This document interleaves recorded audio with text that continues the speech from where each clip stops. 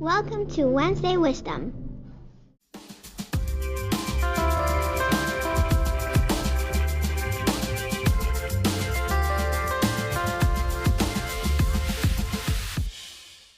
Good morning. This is Jos Visser, the author of Wednesday Wisdom. And this week's article is part 1 of what will possibly be a two-parter called Things I Learned Running a Small Business. From the early 1990s until 2006, I co-ran a small consultancy firm with 2 business partners. This went at the same time terribly badly when compared to my ambitions and expectations, and quite well, according to most other measures of success. I'm proud to say that we must have done something right because the business is still there and thriving, and if you need some consummate IT professionals in the Netherlands, please give them a call and tell them that Jas sent you. The origin story of my life as an entrepreneur is that I wanted to move abroad but couldn't, a story that has been told in another Wednesday Wisdom article and one that is worth reading if you're trying to realize a dream but seem to be running into a wall. To prepare for my big move abroad, I had resigned from my job and was sitting at home, waiting for a call from a foreign consultancy firm with which I'd been in touch. That call never came.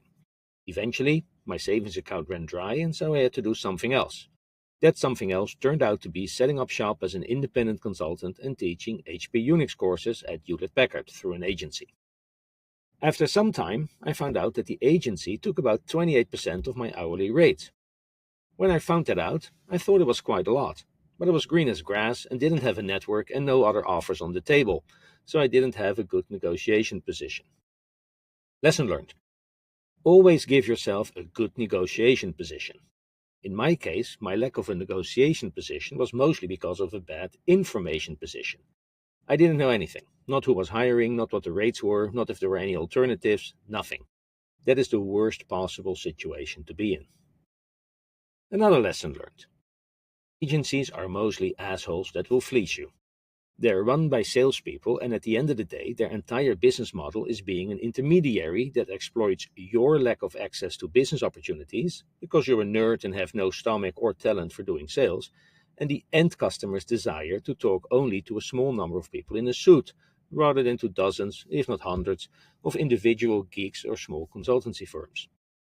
Agencies always talk a great talk and try to convince you that they do all these great things for you. Undoubtedly, I will get some responses from agencies to this article claiming to do just that. The good agencies offer transparency and take only a moderate cut. The bad agencies are worse than second-hand car salespeople. If you're dealing with an agency, ask what they are charging the customer. If they don't want to share that information, or if it's more than 15% fee, run away. If it's more than 5%, negotiate. Side story. Once, I did a job for a large bank through a well-known consulting firm in the Netherlands that had hired me from our own, by then somewhat established company, to then send me to the bank. When I asked the bank why on earth they did business with this big consultancy firm, because they were paying dearly for that privilege, they answered, well, it's about continuity. They're a big company with hundreds of employees. When you run under a bus, we will just ask them for another consultant. My answer? Obviously, if I run under a bus, they can easily find another excellent Unix, C, Java, storage, TCP/IP and high availability expert from their own ranks. They have lots of them, just waiting to work for you. That's why they had to hire me as an external consultant, because they have so many themselves. Unfortunately, for small companies and individual consultants, agencies are a fact of life until you get some size and the ability to position and sell yourself as a bigger outfit. Unwinding the stack a bit. I got my first contract through this agency to teach HPX courses at Hewlett-Packard. But here there was a snag. I didn't know the next thing about HP Unix, and I really didn't know a lot about Unix either. What I did know at the time is what I remembered from college, which was not a lot, and from looking at the Minix source code in my spare time. But I had taught operating systems at college for a few years, and so I could credibly sell myself as an excellent teacher of the subject. Fortunately, as part of the deal, I got to attend a regular class, after which I would be thrown in front of the next group of students. I took the course materials and some other manuals home with me. Remember, kids, this was before the internet. Studied up and delivered. This obviously required some chutzpah, and I'm happy to say it worked out. I've done this many times over the years, and I must honestly say that it didn't always work out. One of the disadvantages of this approach is that I spend a lot of time on things that I wasn't very good at or which didn't give a reasonable return on investment. A certain Microsoft user interface design course that I delivered exactly once comes to mind. That course is also an example of me signing up for things that, all things considered, I had no business getting into. Given my experience as a teacher and an operating system expert, it was not unreasonable to think that I could wrap my head around HP Unix. But I am not a user experience or user interface person, and I have and had no business delivering a user interface design course. I spent a lot of time preparing and it went reasonably well, but I did also get myself into gigs where I didn't do so well because I was basically not qualified for the job. Lesson learned. Some self-confidence and audacity is needed, and it's totally fine to oversell a bit if you have good reason to believe that you can do well, but don't overdo it. If you have no business being in a particular field, do not go there unless you first invest by building up the required knowledge, skill, and experience. Side story. As computers became more and more essential to running public services and businesses, a demand for high availability clusters arose. Hewlett-Packard's answer to that was MC Service Guard, a hardware architecture and some software that would allow services to migrate between machines. Think of it as a 2 or 3 node Kubernetes cluster avant la lettre, with shared SCSI disks and HP Unix Logical Volume Manager to manage logical disk partitions and mirroring. By then, my business partners and I knew a lot about HP Unix, and eventually we were hired by HP to go to one of their customers and implement MC Service Guard. Here's the problem though. We had never actually toyed with a Service Guard cluster yet, and because of reasons, we hadn't had time to dive deeply into the subject matter before the project was set to start. No problem though. The customer was located in the deep south of the Netherlands, which means a 2-hour drive during rush hour.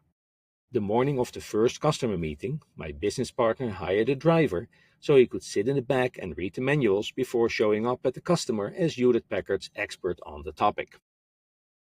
The reason I said yes to lots of gigs, even if I wasn't actually qualified, is explained by a combination of hubris and fear.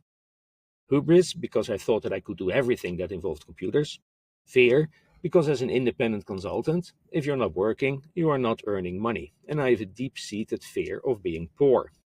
By then, I had a family, a mortgage, and business expenses, and the need to make money was foremost on my mind. That need also translated to me not negotiating hard enough when it comes to hourly rates. Kind of weird if you think about it, because you would think that if you're worried about money, that you would go to the juggler every time. But I was often afraid that if I didn't take this, sometimes way too low offer, I would be doing nothing and I would go bankrupt.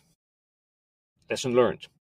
Make a decent financial plan to assuage your fears and do not sell your valuable knowledge and skills too cheaply. Agencies are great at telling the end customer that they need to pay through the nose and telling you that there is no room for a rate increase. Demand transparency from them. If you're dealing with the customer yourself, make sure you know what the going rates are and do not shy away from asking what you're worth. This also holds for salary negotiations. In his book Predictably Irrational, Dan Ariely demonstrates that people often value a product more if they've initially been anchored to a high price, a phenomenon he calls arbitrary coherence. This is because humans don't have an internal value meter and instead make decisions based on relative comparisons. Once an initial anchor price is set, all subsequent prices are evaluated in relation to that anchor, making a high initial price seem to increase perceived value. Talking about money. As I described above, my first gig as an independent consultant was teaching HPX courses through some agency. After each training course, I sent an invoice to the agency, who sent an invoice to Hewlett-Packard, who would pay the invoice to the agency, who would then not pay me. After a few months, the outstanding amount had become quite sizable. Every time I called them and asked for my money, there was some sort of excuse. Eventually, on a Tuesday, the agency called me and told me they'd gone bankrupt. Lesson learned. Be strict in invoicing and payments. If you don't get paid within the customary 30 days, stop working and put an attorney on the case. Only work with reputable agencies that have good payment practices. Do not accept the standard tactic that the agency pays you only after their customer has paid them. Part of the percentage they charge as their fee is a capital risk premium for exactly this situation. Make them earn it. My second customer was another intermediary not paying their bills, and there I went the other way, becoming too aggressive too early, but that's a story that was already told somewhere else, so I'll leave it for the moment. There's a good lesson in there though, so if you haven't read this particular Wednesday Wisdom article, you might want to queue it up for later. Talking about money some more. Eventually, the internet came, but nobody knew anything about it. My business partners and I knew something, courtesy of a history of using UUCP, understanding TCP/IP in general, and just being nerds who were always tracking the next big thing. One afternoon, we were drinking beer with Chris, the head of the Hewlett-Packard Education Department in the Netherlands, and we discussed how cool it would be to make and sell a one-day Introduction to the Internet course. Chris had a keen business sense. Hint, we did not. And the next thing that happened was that he had created some amazing-looking flyers and was scheduling and selling that course. One problem though, the course didn't exist yet. So, my business partner and I locked ourselves into the office for a weekend and we created an internet course that touched on all the basics, including the then fledgling World Wide Web with its amazing Mosaic internet browser. Over the course of the weekend, we created slides, exercises, handouts, and some other course material. My rule of thumb is that if you're very good, it takes about a day of work to create an hour of course material. We created an entire one-day course, let's say 6 to 7 hours of material, over a single weekend in our office in Huizen. Fun fact, many years later, I took a lovely young woman from Huizen out on a first date. When we drove past her old office, I pointed it out to her and said hey, look, that's where my office used to be. She cast a glance and answered, it is now the office of an attorney, actually the attorney that did my divorce. After such an auspicious start, it is no wonder there was a second date. The course did phenomenally well, which is kind of amazing if you imagine that all the students were using X terminals to connect to a PC with an 8486 processor and 16 megs of RAM running Yggdrasil Linux and using a dial-up connection to the internet. If memory serves me right, we sold the course material to Hewlett-Packard for 5,000 guilders lump sum.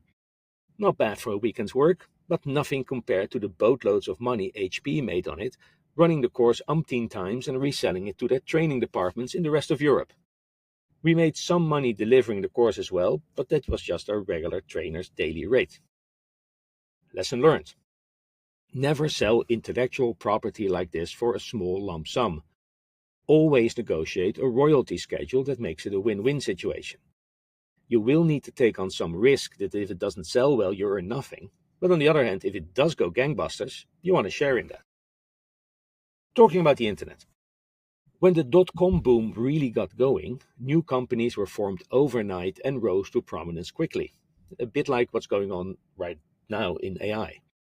This caused us no end of grief and frustration because, even though we had grown steadily and had assembled a nice and fun group of deep experts in Unix and all things related to it, we were still kinda, just solid. No exponential growth for us, no Formula One car in the lobby. This was quite frustrating as we were sure that we understood Unix and the internet better than most. We felt a bit as if we were in the right lane on the freeway of company success, being overtaken by companies that didn't exist 2 years ago and that were doing 300 kilometers an hour while we were keeping to the speed limit. Fast forward 2 years. The dot-com boom had turned into the dot-com bust, and all of these companies were involved in a huge pile-up. We, on the other hand, were still ambling along quite nicely. As it turned out, we were not in the right lane at all.